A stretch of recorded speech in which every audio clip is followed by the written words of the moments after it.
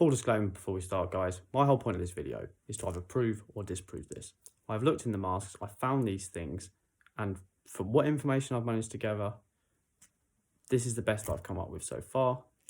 As more evidence presents itself, I will present it to you guys, and we will find out the truth of this together. I'm not a health expert, I'm not a doctor, I'm not a microbiologist. I'm just a guy who has found something he's concerned about, and he's going to investigate it, because the truth will out. Let's get it.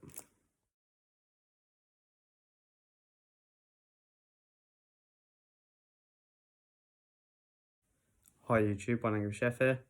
So I've been doing a little bit of research since last time. Organically, looking at this, I think we've either got Morgellons disease, either MD, or horse threadworm.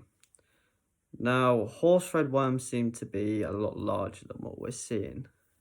So I think Morgellons. Morgellons? I think it's Morgellons. I don't know. Morgellons. We're going to go with Morgellons. It sounds better. Morgellons. It's like a fucking Doctor Who villain or something. So Morgellons disease. We're going to go with that. I've got an article here. It's from healthline.com. It's titled Morgellons disease. What is Morgellons disease? Let's get into it. So Morgellons disease, MD, is a rare disorder characterized by the presence of fibres underneath, embedded in and erupting from unbroken skin or slow healing sores.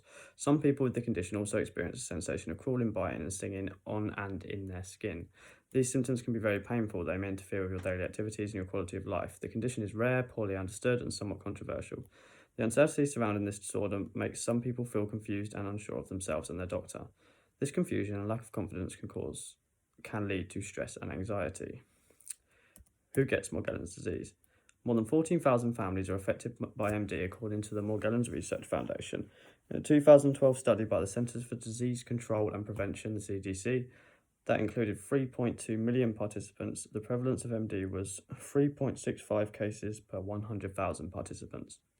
The same CDC study showed MD is most often seen in white, middle-aged women. Another study showed that people are at higher risk for MD if they have Lyme disease, were exposed to a tick, have blood tests that indicate you are bitten by a tick, or have hypothyroidism. That one. Most research since 2013 suggests MD is spread by a tick, so it is unlikely to be contagious. People who don't have MD and live with the family members that do rarely get symptoms themselves. The fibres in skin that are shed may cause skin irritation to others, but can't infect them. What are the symptoms of Morgellons disease? The most common symptoms of MD are the presence of small white, red, blue or black fibres under, on or erupting from sores or unbroken skin, and the sensation that something is crawling on or under your skin. You may also feel like you're being stung or bitten. Other symptoms of MD are similar to those of Lyme disease and may include fatigue, itching, joint aches and pains, loss of short-term memory, difficulty concentrating, depression and insomnia. Hang on, wait, that sounds like half of Britain. Definitely the government, well, the public as well. Loss of short-term memory.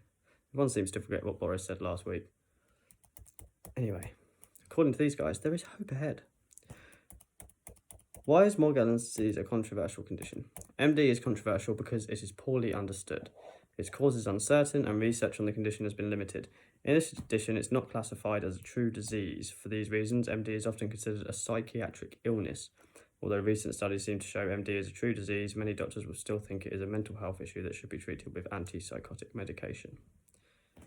Big pharma getting all big bucks. Even the fibres are controversial. Those who consider an MD a psychiatric illness believe that the fibres are from clothing. Those who consider MD an infection believe that the fibres are produced in human cells. The condition's history has also contributed to the controversy. Painful eruptions of coarse hairs on the backs of children was first described in the 17th century and called Morgellons. In 1938, the skin crawling feeling was named delusional parasitosis, meaning the false belief your skin is infected with bugs. The erupting skin fibre condition re-emerged in 2002. This time it was associated with the sensation of crawling skin. Because of the similarities to the early emergence, it was called Morgellons disease.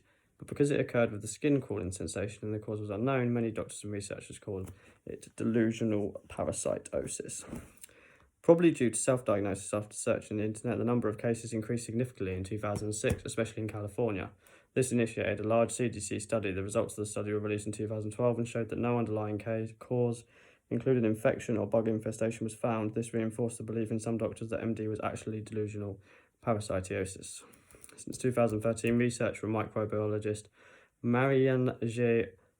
Middelveen and colleagues suggest an association between MD and tick-borne bacteria, Borrelia burgdorferi. If such an association exists, this would support the theory that MD is an infectious disease. So, a funny one, this one, because as it says in this article, if you go back through Google, the conversation around it seems to go up and down. People believe it's real, and they don't. But as with all things on the internet, we got pictures of them, even though they might not be real. Here they are.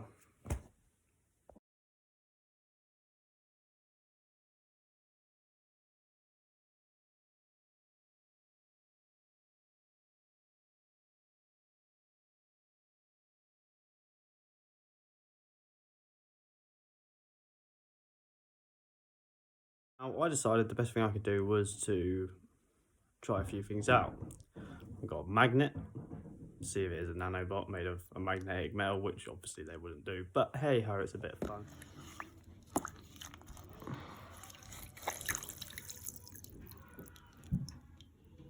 See what we got.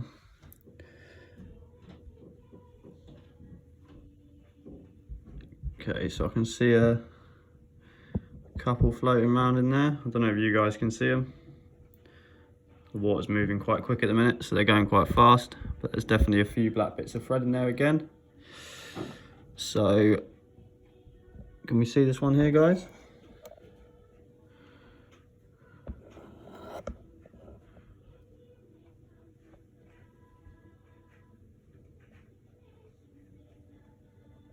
It's really hard to see,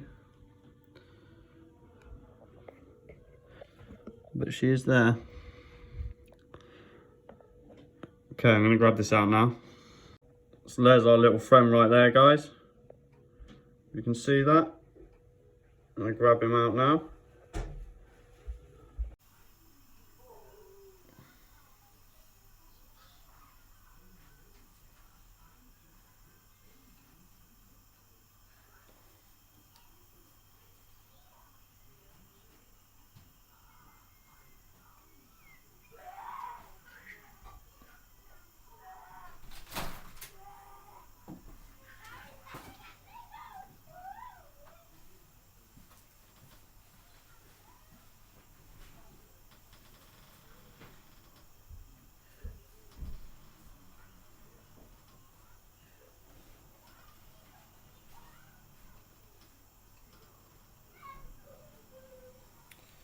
See guys, no reaction at all to the magnet there, so I wasn't really expecting it to, but it's worth trying everything.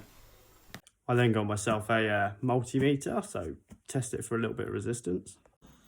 So guys, I'm now going to test this toothpick with that on it, see if that brings up any measurement.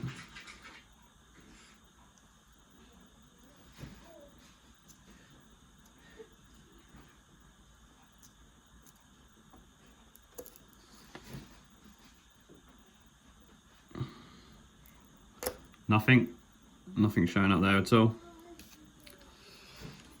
And as we all know, guys, all organic things love to get a bit cuddly every now and again. So I thought I'd put the two of them together and see how they reacted. Serious, guys, our little wiggly friend. I'm going to get one of his mates. I'm going to see if it does the same thing.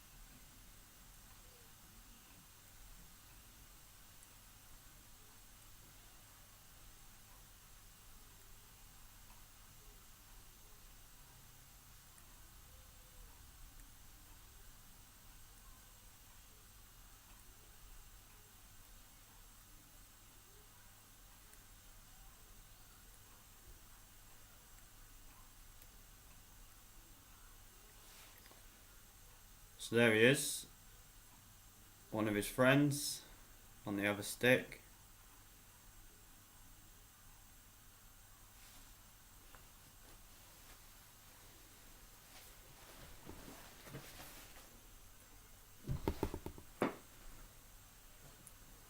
That was me knocking the table there, guys. I'm sorry, that shake. Clarity's sake, guys. There they are. There's our little friends there.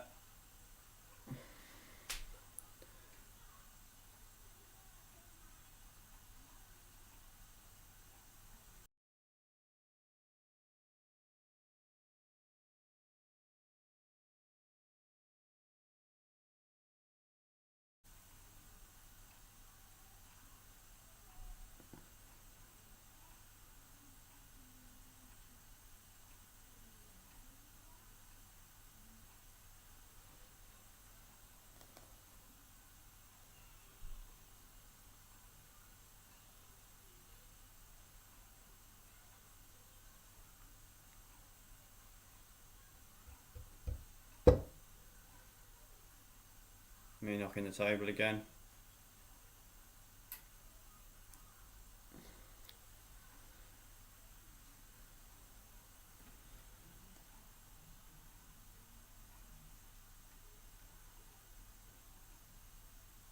Now, after the shock these little fuckers gave me after finding them in the mask, I thought it was time I gave them a bit of a shock back.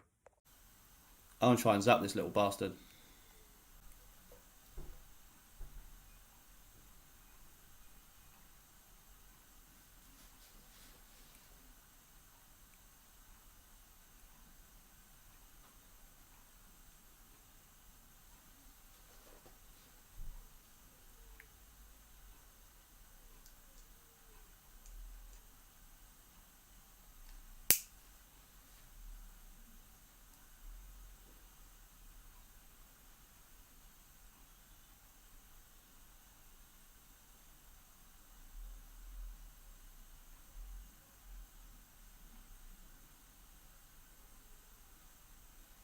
Whoa.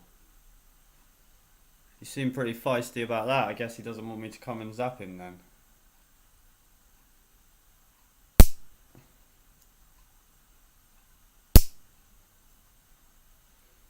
I'm gonna move this one a sec, guys.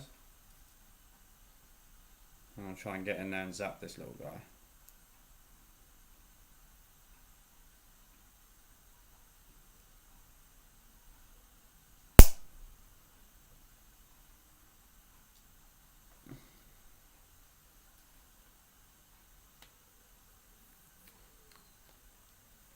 Nothing.